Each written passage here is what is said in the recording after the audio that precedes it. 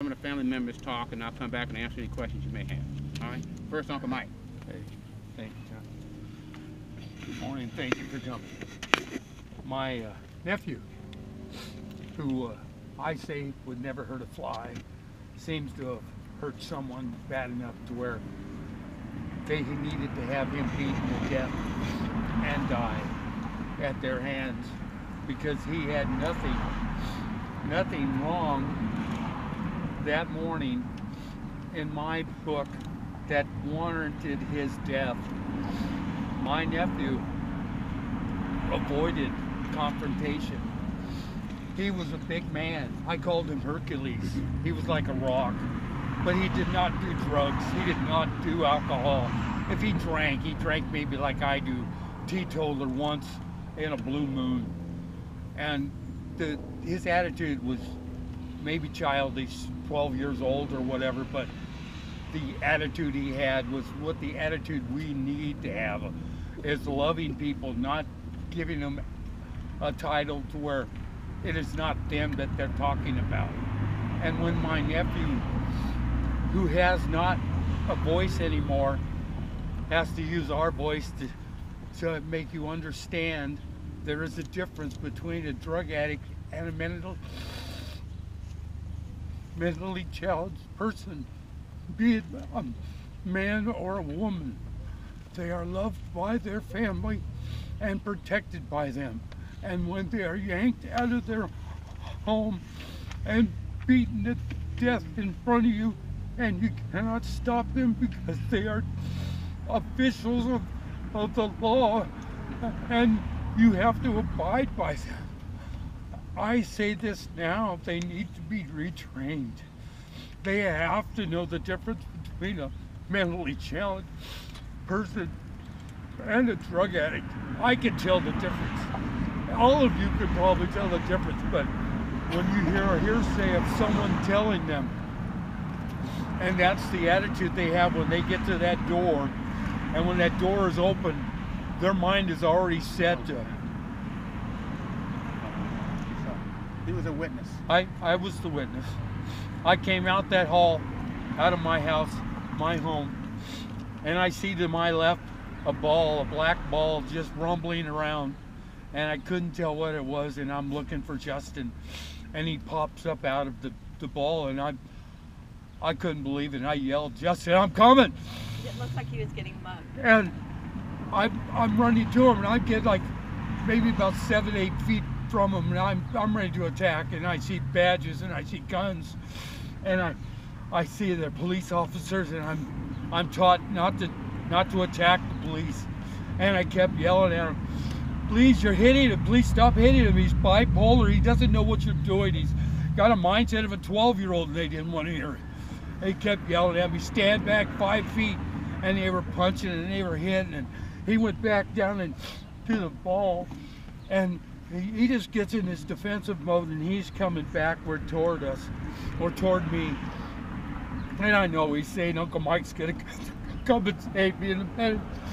And I couldn't, the police kept yelling me, "Go back 5 feet," and then they're beating him more, and the one senior officer drops down. I didn't know what he had. He had a taser all this time, and he's been tasing my nephew all this way, and the other one was beating him in the face and in the body and the neck, and then the senior throws down his taser and he pulls out a metal baton, he slings it, and I couldn't believe what he was pulling out, and he starts beating on his head and his neck and his shoulder, and I'm yelling, "Stop hitting him." And the rookie, I call him the rookie because he was a kid, and he pulls out his baton, he swings it, and he almost stops it right in my face, and he's yelling at me, "Stand back 5 feet," and he starts on the butt and the back and the legs, and one would go high and then the other would go low, and he'd go high, and I'm like, "Quit hitting him!" And then he yells at me, "He bit me, and I'm like, "Oh my God!" And the senior throws down his baton, and I just see him, he goes straight for the chokehold around the neck, and the other one's still beating him on his back, and his shirt's covered up, you can see welts all over his back, and I'm like, "Oh my God, please stop." And the senior's trying to pull him down, just yanking his head off, and the rookie's just yelling, you know, face down on the ground. He can't. His legs are under him, and the senior's pulling him down. I'm like, please stop. And then the rookie yells at me, stand back 5 feet. And then I do, and all of a sudden I see Justin's arm coming around.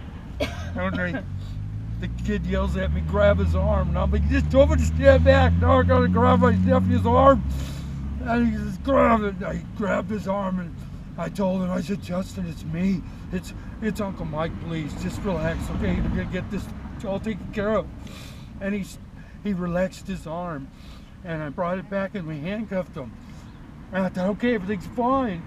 As the senior said, we're gonna take him to the squad car to the other officer. And I said to Justin, I'm in my underwear, and I said, I gotta get my pants and my shirt and my clothes. And I got right back.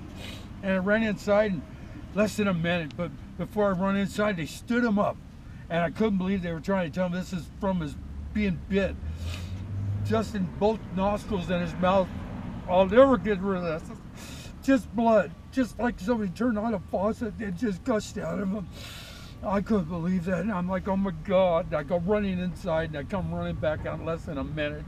I got my clothes on, and they're at the end of the hallway, and Justin's starting to stumble, and he steps on the senior's foot, and I'm like, and I see the senior, he's getting mean, and then Justin just turns, and he kind of stumbles, and he falls down, and he died right there. And I was yelling at him, he's not breathing, he's not breathing. And the kid's putting his hand on his neck, and he's not breathing. It's like, I told you.